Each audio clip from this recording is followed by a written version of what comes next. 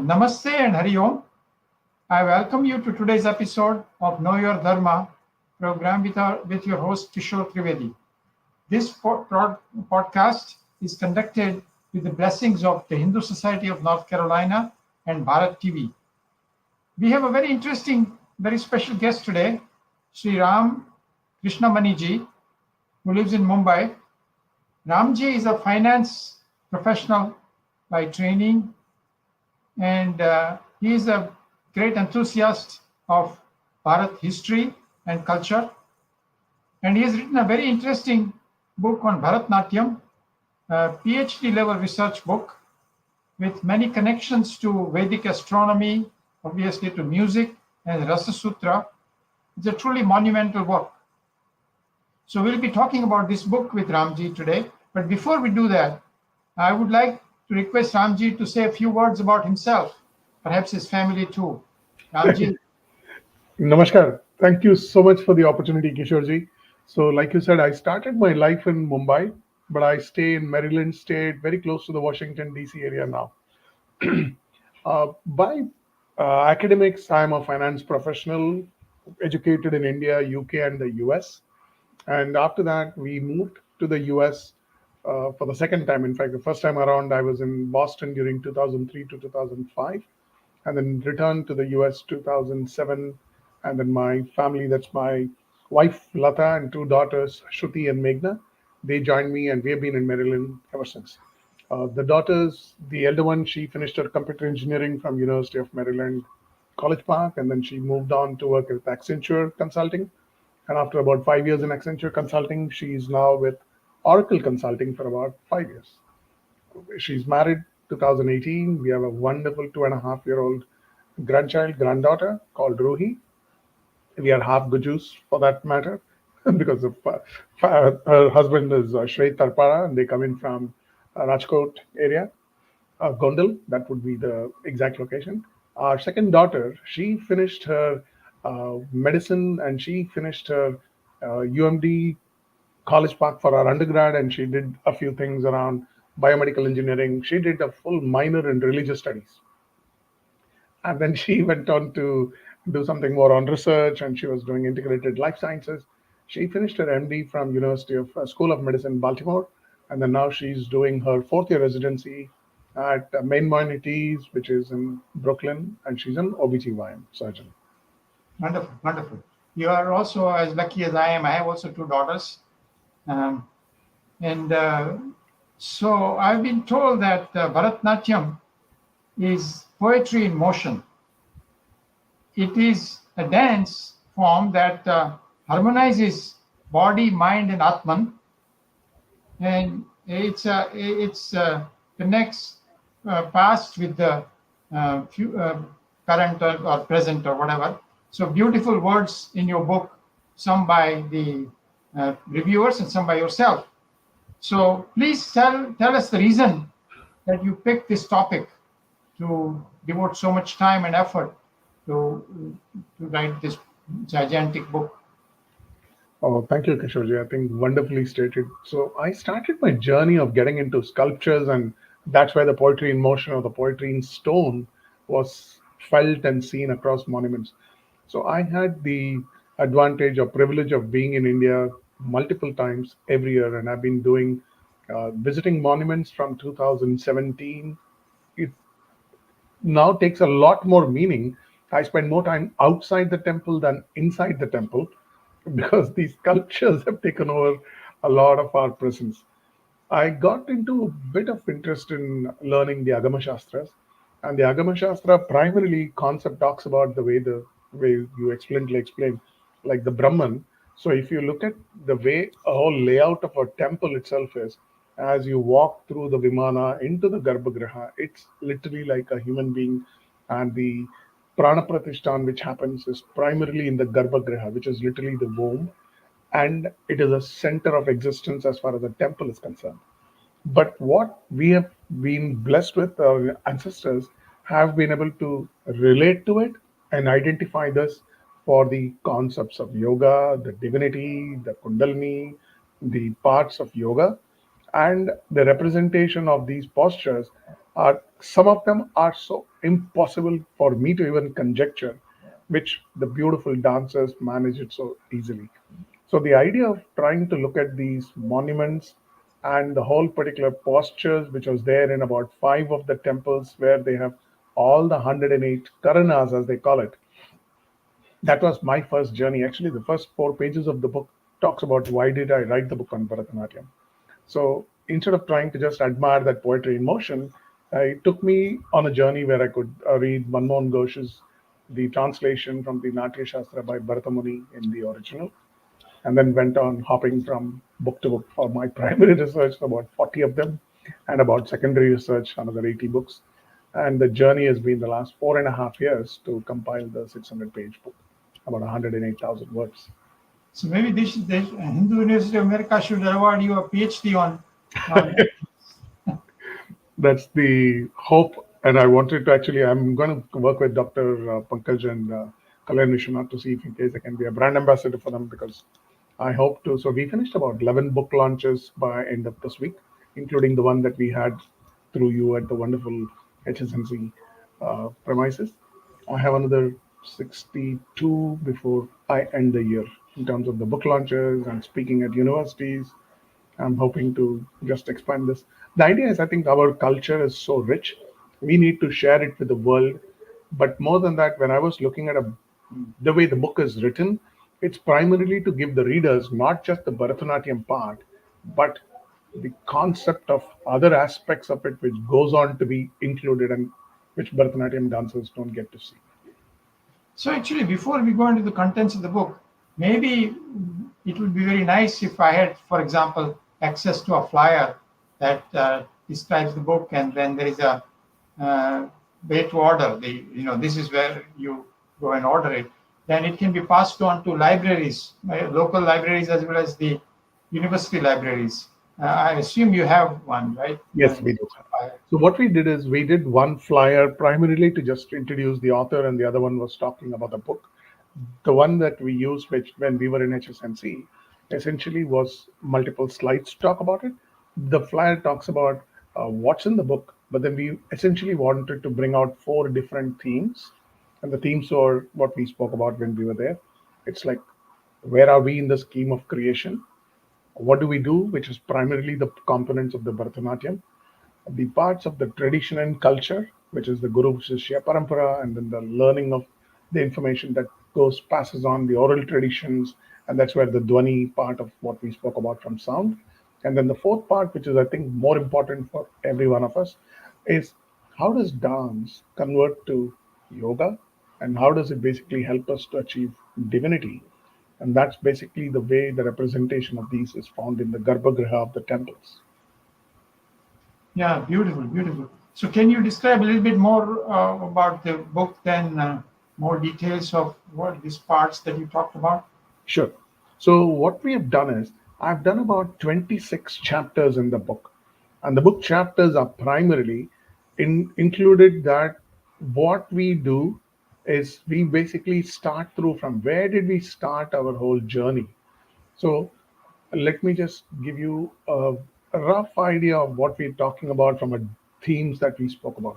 So the part of what we have done is we have used and anchored Rigveda to be the primary part from where the whole particular looking at the constellations, looking at the stars have been done.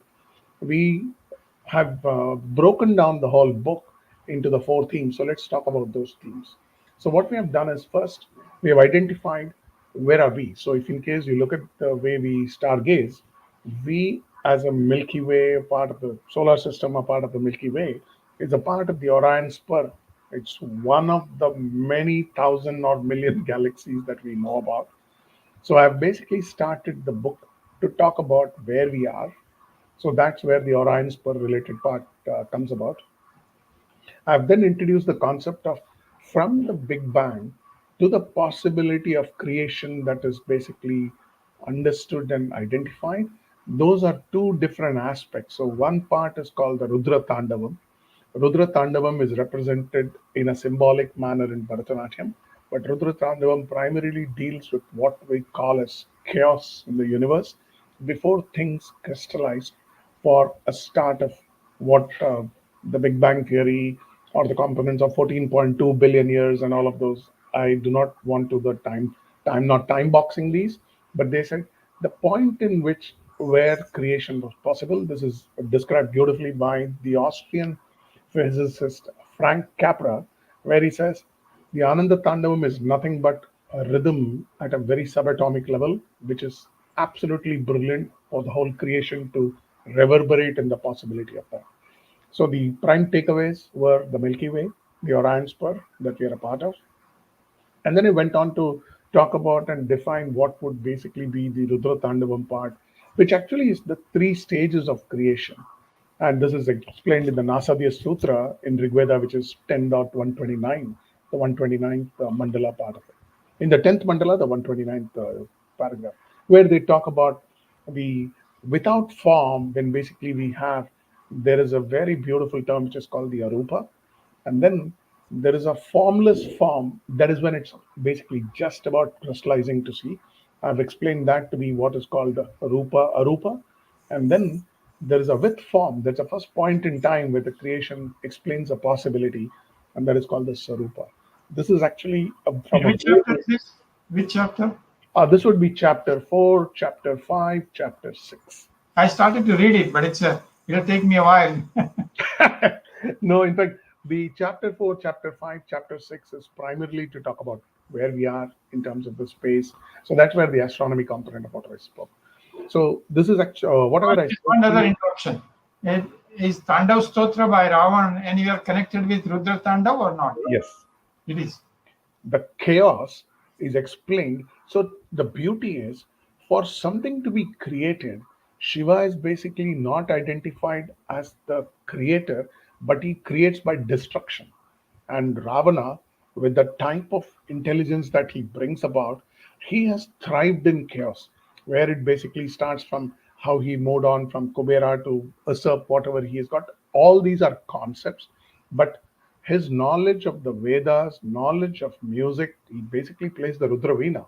Yes, yes, yes. So that is the con. So he's actually paid respect for the Rudra Tandavam, and that's the attribution to Ravana. So I actually took my concepts of these Rupa from a beautiful lecture which was done by Dr. Hari and Hema Hari when I was attending one of the lectures, which is a part of the Hindu University of North America. Mm. And in the chapter 5 tricks, what we have also done is that I've introduced the concept of the Earth's precession. So the Earth's precession is primarily where it moves from a celestial north, pointing at the 23 and a half degrees that it is tilted for us to get the wind, and hence the climate and the whole particular existence. And the Earth's rotation basically makes the celestial north move to different stars, which will be identified as the pole star. So, as we talk today, it is pointing to Polaris. It will move into Vega, which is another massive constellation where it will basically take focus around 15,000 CE from now. So, we're talking about 14,000 years from now. That is where it. So, it will take a full round of precision. So, it literally moves at that particular part at an inclination of 23 and a half, and that would take about 16,000 years for it to come back. So when the pole star is not steady. Pole star is steady, but the pointing to the celestial star will keep moving. So our pole star, which is a point of reference, will keep moving 3,000, 4,000, 6,000 in that particular sequence. So that is one part which I've primarily brought out. And why is that important? It is because if you look at Kurukshetra, which is the point from where the whole Mahabharata war talks about, at that point in time, we're talking now 26,000 BCE, Agastya was the star pointing to that point from where the pole star. And then as it moves down, for the importance of the other stars to be seen in the Milky Way. So the Nataraja, which is basically the Shiva in a dancing position, which is referred and revered by all Bharatanatyam dancers, the Nataraja iconography is actually based on the astronomy component of that. So our components which basically give the Nataraja iconography would include, there is basically, it starts with the Orion the Hunter, and within Orion the Hunter, there is a Mrigashirsha Nakshatra. There is primarily the Lepus or the Moyalaka as they call it. So the Moyalaka is the one on which Nataraja is standing, but it is a very conceptual explanation that they speak about. Moyalaka is also loosely referred to as epilepsy, but then it's talking about absolutely ability to come up to consciousness. So the position of Nataraja in the Ananda Tandavam, which is perfect equilibrium, is explained that he basically moves from ignorance to uh, consciousness. These are concepts, but the whole idea is the iconography is represented by the stars, the star signs that you look at. So there is an Orion, there is a Mrigashirsha, there is Lepus, and then there is also the other parts, which is Canis Major, Canis Minor, the Gemini, and Argas. All of these come together, and the star sign, which basically they speak about, is visible from Chidambaram around 13,000 BC. So the attribution of Chidambaram to Nataraja is literally as ancient as 20,000 years, 2,000 years of the CE, and then it's 13,000 years from a BC perspective. So, and again, Chidambaram is one of the first of the five elements where they represent and celebrate it. So it's called Chitta Ambaram. Chitta is the stars, and Ambaram is basically a sky full of stars as we observe it. So that's the precision part, and that what I wanted to talk about. So that would be the space part of what we talk. So when we do Bharatanatyam, though we start with a reverence to Mother Earth, and then we basically get the blessings of Nataraja before they go on to do what they do from a dance perspective, we wanted to at least get characteristics that this is how the whole particular piece looks. And what can be more fitting from science meeting tradition, because from our BARC, the Baba Atomic Energy, the Indian Space Center has actually gifted a 6 foot tall dancing Nataraja, which was done in 2008. And this is basically to continue the project of Higgs boson, where they were working on the God particle at the Institute of Nuclear Physics. It's son, yeah. So the Higgs boson and the God particle, interestingly, since we are Americans, we should now relate to the fact that God particle was actually found on 4th of July, July 12th, or 4th of July 2012. Interestingly, happens to be our Independence Day. Yeah. So who are the potential readers of this book? And also, I don't want to forget, how many years did it take you to read the book, to do the book? So for me, the primary research took me about almost 3 years, and then the secondary research was about another year and a half. So I would say I started this around 2019. So roughly 4.5 years is where we are. So that's on the how much time it took me to write. Who would read the book? That's a very, very interesting and fascinating point. So when I actually wrote this book, I thought there was a total gap in the Bharatanatyam list of books, or in fact, we call the whole repertoire of books that have been written by all the Bharatanatyam dancers and the practitioners, and what has been even coming up from Dr. Padma Subramaniam, who possibly is one of the most celebrated dance artists from India, and she just got awarded the Padma Vibhushan as well earlier this year. So this book is intended primarily for the audience which is outside India. Every kid in every part of India knows and has heard about Bharatanatyam. But the idea is to enhance the ability of our culture and tradition to be spread to the Indian diaspora, and also to the curious minds that they want to know what's with the classical dance.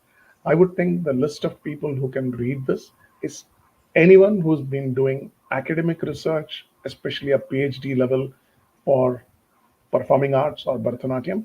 So this book has been introduced at the Annamalai University in Toronto, and I spoke to the dean and the president of the campus in Toronto. They are going to use this book to use these for topics that will be used for the PhD, for people who are doing their MFA in performing arts, or even PhD in Bharatanatyam. So that is one particular. So that takes care of the academic community. I'm hoping that this would also find a place in the university libraries, and I'm working with about five of the universities. I will come back to University of Duke. I have my friend whom I spoke to as well, and I will need to request your help for connecting with the Department of Culture. I'm presenting a few talks in the Georgia Tech University, University of Georgia, UT Dallas. I'm meeting a few people from Stanford University in the middle of May in DC. And then I'm also working with the CA Institute in India, Muscat, and Kenya to do a few talks, which I would think is called Connected Bharatanatyam and Accounting. So it's called a 2 CP credit for them for 2 hours. So I've got these lined up for the month of May, June, and November. So anyone who wants to know about Indian tradition, anyone who wants to learn more about Bharatanatyam, anyone who's doing an academic level research, whether at a high school or a university, this book is supposed to be there. So I wanted to make it as beautiful as it because, like they say, pictures speak a thousand words. So there are about 725 photographs or more than that, and talks about the whole progression of dance, connecting the culture component of it. And then I've introduced the part of music as well as to how the evolution of music, because dance without music is almost useless. Or it's like having a television but with no sound. That's right. So actually, you talked about photographs. So I remember in your talk, you said that for some photographs, one photograph you will travel all the way to some long distance. Yes. So how many such photographs are there that are that you remember that you had to spend whole trip for that? No, that's interesting. So I was in Geneva at CERN to do two photographs, and then I was in London at the British Museum to click one photograph. So those were the three. Outside of that, I had wonderful support from four different dancers, two in Phoenix, and then one in Orange County in California, and then the fourth one was done at San Francisco. So these prominently feature in the book. So out of the 725 photographs, I have personally clicked about close to 325. So COVID helped. I turned professional photographer, so I used that and brought them to life in the book. Now, one technical question, being an author myself, what word processing software, in particular for the Devanagari settings, what did you use? So I think there is a couple of photographs which were used, and then below that the writings which were there. I used MS Word, and I think it brought in a couple of input. I don't remember. There is one particular software which basically just translated the whole thing into Devanagari, and Microsoft Word actually gives that available across the board. So quite honestly, a great question, but I don't have the answer to what you're asking. What I have learned is there is something called Bara software that allows you to type Devanagari also. What So you're describing is that you have to grab it from somewhere and put it here, and then Word will allow you to process change it. the font. So, but interesting point, what you said is there is this lady who did the typesetting for the whole book, and she used, I think, InDesign software, and then she said, Ram, I'm basically borrowing the uh, Barakadi fonts and literally the whole Devanagari fonts from a place, and she mentioned a couple of names. It didn't register with me. Oh, I see. So you didn't provide the. Uh, I wrote it in Word, but then she had to use it, and she said it was better prevailed using the InDesign software, and then the output eventually comes in into Adobe Photoshop. But she did not like the fonts which I provided her in the MS Word part of it. So she went to some original source and she said, Ram, these are what we use for any particular Devanagari script that cuts from India from publishing. See, in the technical books, we provide the camera-ready version. So everything is done by us, and the publisher simply takes it and prints it. That's all. Yeah. So I think in this case, she said the beautification part of it, and she said what you sent me doesn't look very clear. So she came up with something which I think since she's based in Chennai, she had access to a few more softwares that he went and bought. In your lecture, you mentioned some recent evidence that makes Buddha's date at least a millennium before what is commonly believed. And you also 6,000 years somewhere. So tell us a little bit more about these new dates. I hear a lot of different dates, like Dr. Hari talks about Ram being 7,140 28 years. That's correct. 5117. many different dates. So uh, give us your idea.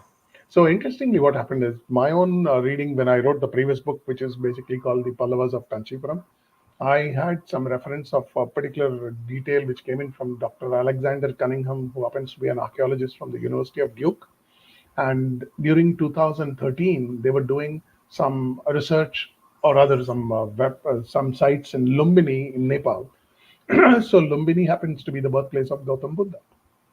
And the artifacts that they found in Trench 5 was going back, and they found the dating of those objects, which went into something like 1685 BCE.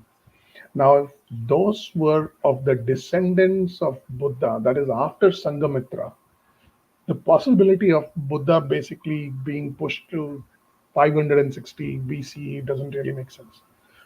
So in my book, actually, I've covered and used the whole reference from the research material by Dr. Alexander Cunningham, and I've called it the lost millennia. So if you look at what Macaulay had done primarily was that he had used the whole lineage of the Indian rulers, and he found actually Chandragupta Maurya was basically anchored with a sounding name called Sandrakatos from a Greek part. So I think he anchored it from that particular date, that was I think 320 BC, and then went back into whatever was allowed. So that is where he just picked and chose Gautam Buddhas for that. Actually, there is a new book which I read of the whole particular Indian culture, and it basically talks from Manu all the way. They have listed the whole Ishwavaku clan for Rama and what we are talking about. And in that, they have agreed for 1809 BCE to be the Buddha Nirvana date. So what is brilliant? Repeat, please. Sorry, 1809 BCE to be the Buddha Nirvana date. So 1809. 1809 BCE, and if 1809 BCE becomes the Buddha Nirvana date, he lived up to about 80 years of age. So it should basically take antiquity into 1890. In fact, I have the book reference. At least I'll give you the name of the book. And so that makes Krishna a lot earlier. Of course, Yes. without doubt, Krishna is before Buddha and So- Ram long before. Interestingly, when you mention Krishna, what happens is the Krishna's passing away is talking about as supposed to be the beginning of the 10th, I would say the Vedas, or I wouldn't say 10th Veda, the way in which. So I was reading one particular article which was about if you go to Guruvayur, the way the whole particular Narayaniam was written by Narayana Bhattatri, and Narayana Bhattatri composed it in 1568 CE. Now, using the Katapayadi method of mathematics, which is the Kerala mathematics for Madhavacharya and this, the last four words where he ends the 100th chapter is Ayur Arogya Saukyam. But Ayur Arogya Saukyam, those words itself are algorithms to identify numbers represented through words. Ayur Arogya Saukyam is like peace be for all.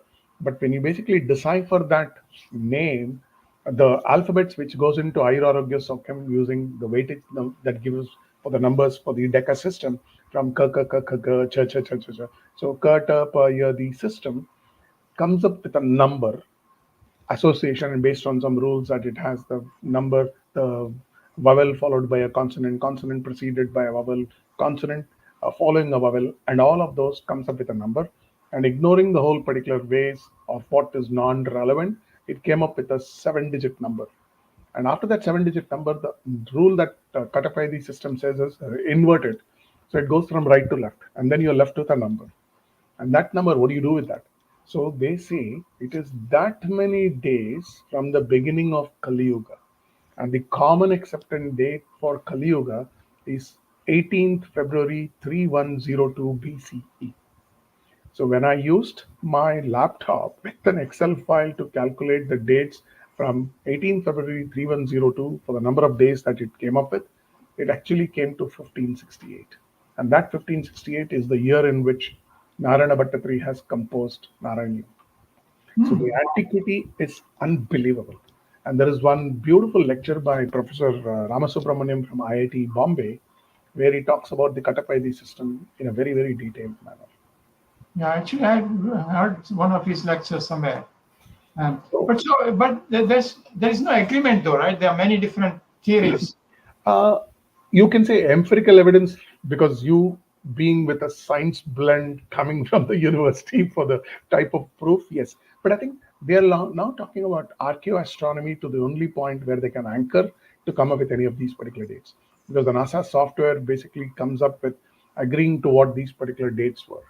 Interestingly, the same Alexander Cunningham's one of the articles which I read, he talks about the carbon dating of the fossil area near Sphinx, and he said the Sphinx in Egypt were possibly they need to be redated because he said rainfall stopped in that place around 11,300 BCE. So if 11,300 is the point in time when rainfall stopped, and obviously carbon dating for stone is not going to be so easy, he puts the antiquity of the Sphinx at least 1,000 years before that. So it just pushes the Sphinx date to 12,000 BCE. So there's a lot of these archaeoastronomy, the archaeological evidences which is coming out. That is what I think is pushing out these dates with a bit more of accuracy. Fascinating, fascinating. Um, I want to remind you once again to send us that flyer Yes. for ordering books, and that flyer should be put in many different places. Correct. The Uh, flyer is there. Now the book is also available on Amazon. So what I will do is I will send you both the flyer and the link to the book. So apart from that, what I've been doing is I've been preferring to see face to face with as many people. The idea is not to sell 1,000 books and then forget about it.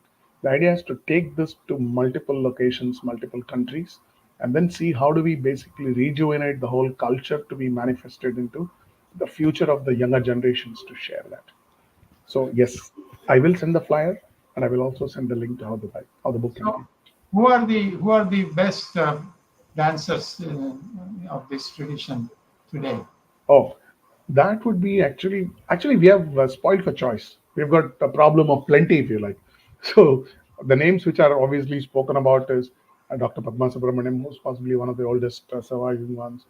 In India, there is multiple, but for us in the local space that we have in the Northeast, if I basically start counting, I met my very dear friend Hema Sridhar. She's basically in Boston. There is Dr. Janaki Rangarajan, who's possibly one of the most outstanding dancers of our times. She's based out of Richmond, and she's one of the top performing dancers at the Kennedy Center in DC. And then if you move towards our Raleigh Durham area, we've got Sri Devi Jagannath.